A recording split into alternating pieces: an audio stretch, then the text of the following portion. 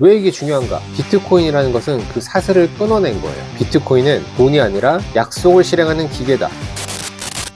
해커도 못 엽니다. 만든 사람도 못 엽니다. 심지어 국가도 못 엽니다. 1년간 누구도 열 수 없는 비트코인, 실제로 만들 수 있습니다. 그리고 이게 가능한 이유 안에 비트코인이 왜 돈 이상의 발명인지 그 답이 들어 있습니다. 안녕하세요, 코인토르입니다. 지난 두 영상에서 우리는 UTXO, 즉 비트코인이 어떻게 잔액이 아니라 쪼개진 동전들로 존재하는지를 알아봤죠. 오늘은 그 위에 한층 더 쌓아서 올려볼게요. 이 영상을 끝까지 보시면 세 가지를 알 수 있는데요. 비트코인은 사실 송금이 아니라 잠금 해제라는 사실, 그리고 시간과 조건을 거는 메커니즘이 있다는 거, 그리고 왜 비트코인이 돈 이상의 발명인지를 알 수 있을 거예요.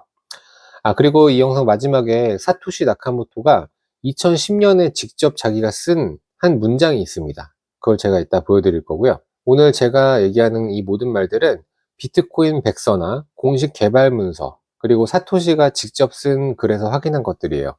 어디서 들어서 알려드리는 건 하나도 없습니다. 출처가 불분명한 거는 아예 빼버렸어요. 그러니 안심하시고 따라오시면 됩니다. 시작합니다.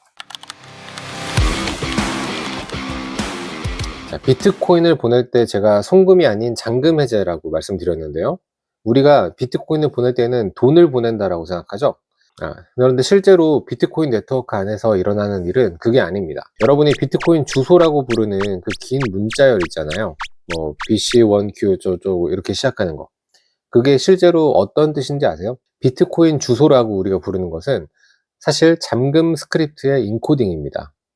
쉽게 말하면 주소를 누군가에게 알려준다는 것은 이 자물쇠 패턴으로 내 비트코인을 잠가달라라고 부탁하는 행위입니다.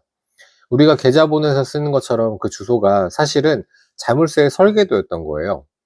자, 이건 비유가 아니고 실제로 그렇습니다. 비트코인 코어 명세의 정의예요. 2012년 활성화된 BIP16 명세에는 이렇게 적혀 있습니다. P2SH의 목적은 거래를 해제할 조건을 만족시키는 책임을 보내는 사람에서 받는 사람으로 옮기는 것이다. 즉, 비트코인을 보낸다는 것은 새로운 조건 자물쇠를 거는 행위입니다. 받는 사람은 그 자물쇠를 풀 조건을 만족시켜야만 비로소 비트코인을 자기 것으로 만들 수가 있는 거예요. 송금이라는 것은 곧 잠금 해제 플러스 새로운 잠금입니다. 자, 자물쇠에 조건을 적을 수 있다고 했었죠, 아까. 그럼 어떤 조건을 적을 수 있을까요? 가장 단순한 조건은 이 비밀번호를 여기다 입력한 다음에 비밀번호를 푸는 사람이 가질 수 있다. 이게 일반적인 송금이겠죠? 그런데 이런 조건도 가능합니다. 여기 안에 어떤 특정 두 사람을 지정해 놓고 두 사람이 동시에 비밀번호를 입력해야 풀린다. 이렇게 조건을 저장할 수도 있어요. 이걸 멀티시그라고 합니다. 그리고 또 2025년 12월 31일, 2026년 12월 31일 이런 식으로 날짜를 정해 놓고 그때 이후에 풀린다. 이거를 타임락이라고 합니다. 비트코인 코어 코드에는 이 조건들을 작성하는 언어가 들어 있습니다. 이 언어의 이름을 바로 우리가 스크립트라고 하는 거예요.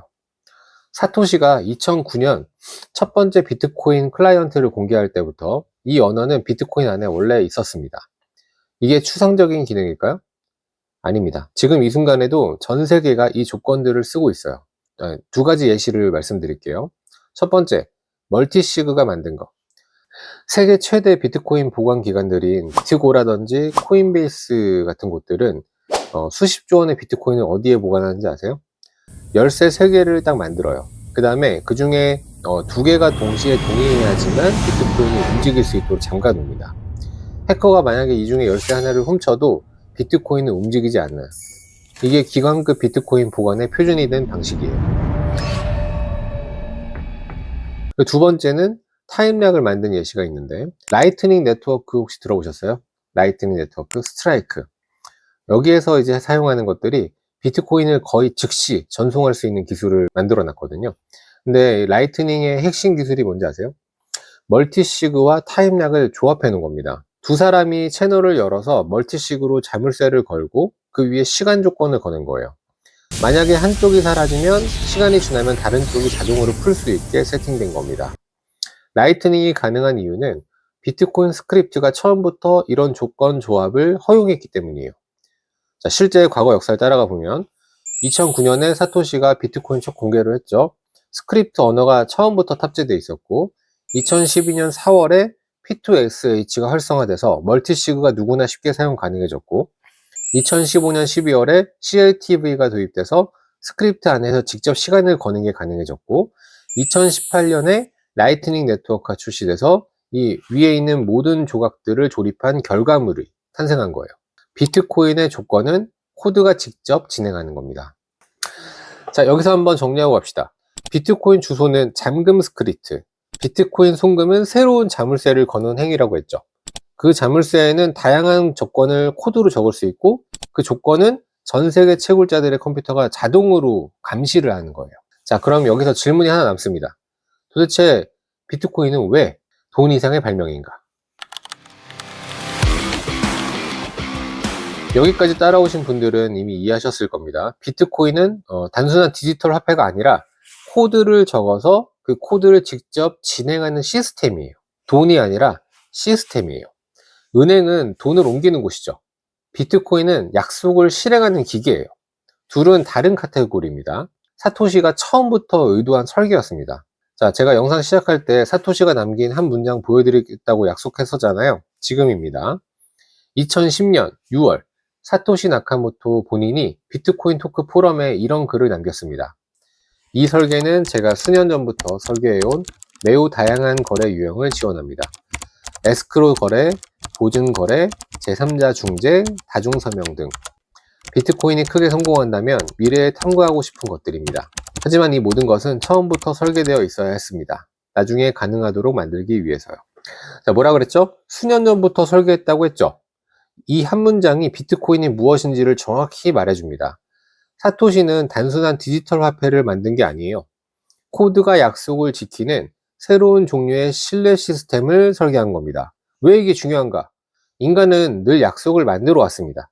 그런데 이 약속이라는 게 지켜지고 법이 지켜지려면 변호사가 필요했고 법원이 필요했어요.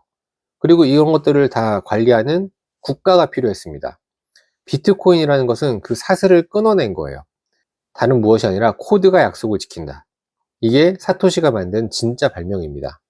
비트코인은 돈이 아니라 약속을 실행하는 기계다. 근데 여기에서 이제 두 가지 정도 제가 꼭 짚어드리고 싶은 게 있는데요. 자, 첫 번째는 검열 저항은 법적 면제가 아니에요. 이게 무슨 말이냐면 코드가 막을 수 없다는 것과 법적 책임이 없다는 것은 다른 거예요. 비트코인 프로토콜은 누구도 거래를 막을 수 없지만 한국 법에서는 가상자산이라는 것을 통해 우리가 얻는 어떤 특정한 금액이나 소득 이런 것들은 엄연히 과세 대상이고 신고 의무가 있습니다. 검열 저항은 기술적 사실이지 검열 저항이 어떤 법적 면제가 된다는 뜻은 아니에요. 그리고 두 번째는 코드는 실수를 보호하지 않습니다. 자, 이게 또 무슨 뜻이냐? 우리가 비트코인이 많이 없어지고 뭐 잘못 보내서 사라지고 이런 경험이 있죠. 그게 왜 그러냐면 코드라는 것을 내가 잘못 입력했기 때문에 그런 건데요. 코드는 약속을 정확하게 지킵니다. 그래서 잘못 적은 조건도 정확하게 지키게 돼요. 예를 들어서 1년 뒤에 풀리도록 잠궜는데 그동안 내가 내 개인 키를 잃어버리면 비트코인은 1년 뒤에 풀려도 영영 못 꺼내겠죠. 그리고 멀티시그를 만들어 놓고 키 하나를 잃어버리면 똑같이 못 풀겠죠. 그 비트코인은 영영 움직이지 않고 잠들어 있게 돼요. 코드는 감정이 없어요. 동정심이라는 게 없습니다. 그래서 비트코인은 자유의 도구이지만 다른 말로는 책임의 도구가 되는 거예요. 자, 오늘 꽤 많은 걸 함께 봤습니다. 비트코인은 돈이 아니라 약속 실행 기계라는 사실, 우리가 주소라고 부르던 그 문자열이 사실 자물쇠 설계도였다는 거, 그리고 그 자물쇠에 시간, 사람, 어떤 특정 조건을 적을 수 있다는 거 제가 설명드렸죠. 처음 영상 시작할 때 제가 비트코인은 그냥 단순히 코인이라고 부르는 건 부족하다고 설명했잖아요. 코인은 그냥 돈이라는 뜻이라면 이 비트코인은 약속을 실행하는 기계다. 자, 이해되셨나요? 그렇다면 오늘 영상은 자기 역할을 한 겁니다. 자, 중간에 제가 이런 얘기를 했었어요. 지금 이 순간에도 전 세계 채굴자들의 컴퓨터가 이 조건들을 검증하고 있다. 그 말 들으셨나요? 기억나세요? 이상하지 않으셨나요? 전 세계에 흩어진 컴퓨터들이 어떻게 같은 결론에 도달하는 걸까요? 누가 진짜 장부인지 누가 가짜 장부인지 중앙 관리자도 없이 어떻게 모두가 동의하는 걸까요? 자, 이 질문에 대한 답은 다음 영상에서 블록체인으로 풀어드리겠습니다. 블록체인이라는 단어는 우리 모두가 쓰지만 정작 그게 어떻게 작동하는지 정확하게 설명할 수 있는 사람은 드물거든요. 비트코인은 어렵지만 함께 같이 공부해 봅시다. 함께 보면 보입니다. 여기까지 코인프로였습니다. 다음 영상에서 만나요. Pop in, burning like this, ain't checking my wrist. Third is my shift. Rolling all night like flex. We look at the clips, these credits are lit. Stacking miles, I'm far away from home. I got what I wished for. Taking that risk, I'm checking my list. Marathon man, it's run legit.